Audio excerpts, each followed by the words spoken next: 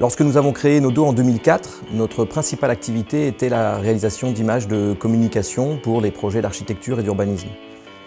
Pour réaliser ces images, nous modélisions en 3D systématiquement les projets. Cette manière de faire transformait nos images de communication en outils d'aide à la décision, sans pourtant y parvenir.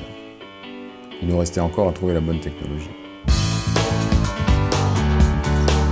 Parallèlement, je suis un joueur de jeux vidéo et à chaque fois que je jouais, je me disais que ce serait intéressant de pouvoir utiliser ces technologies pour aider nos clients à mieux communiquer leurs projets. En 2004, la société Crytek sortait le jeu Far Cry. Ce fut pour nous le déclic.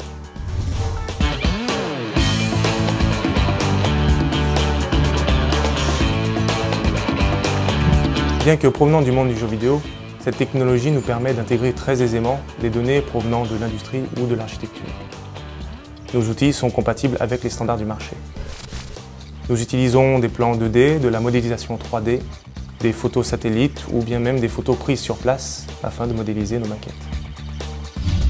Nous sommes à même d'intervenir à différentes échelles du projet, depuis le grand territoire avec des documents type SIG, jusqu'au projet d'architecture détaillé, en passant par des éléments de design spécifiques.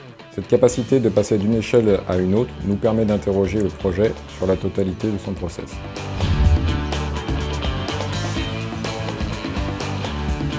La technologie nous permet aussi d'avoir une large gamme de représentations, allant de la maquette blanche jusqu'à une représentation photoréaliste.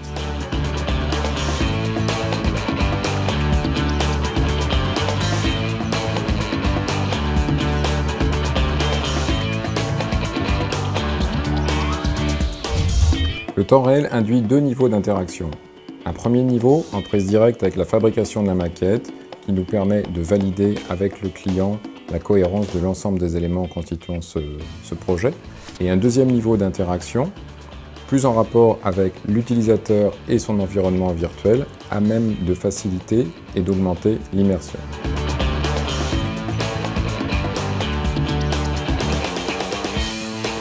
Ce moteur nous permet de passer d'une simple interaction à une réelle simulation. Nous avons par exemple la gestion des particules qui nous permet de simuler des effets météorologiques comme de la pluie, du vent ou de la neige.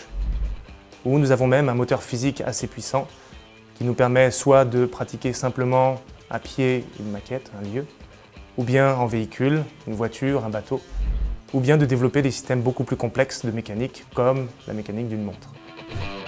Tout ce que cette technologie est capable de réaliser nous permet de répondre à des demandes très diversifiées. La question n'est d'ailleurs pas de savoir s'il est possible de le faire, mais bien de proposer une réponse cohérente avec les attentes et les besoins du client.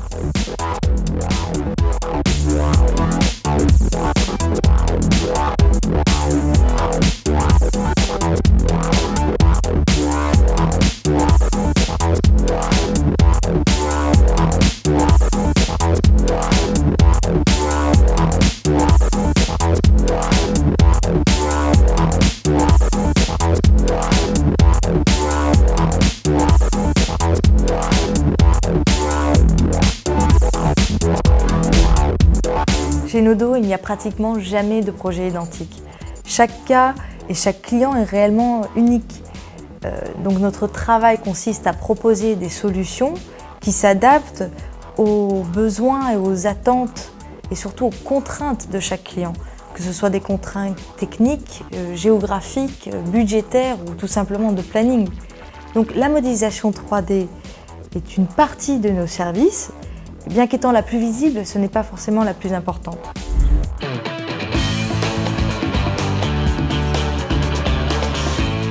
Pour le projet des moulins, nous avons été contactés par la communauté d'agglomération de Nice afin d'effectuer une maquette représentant l'évolution du quartier et de sa réhabilitation sur plusieurs années.